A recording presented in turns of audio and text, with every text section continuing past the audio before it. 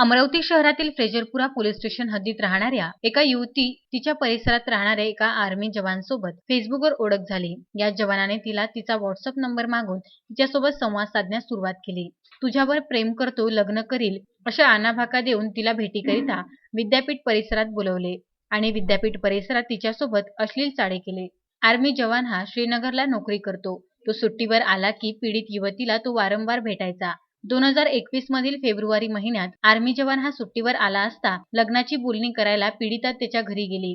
त्यावेळी तिला लग्नास नकार देऊन तिला मारहाण, शिवीगाळ करण्यात आली।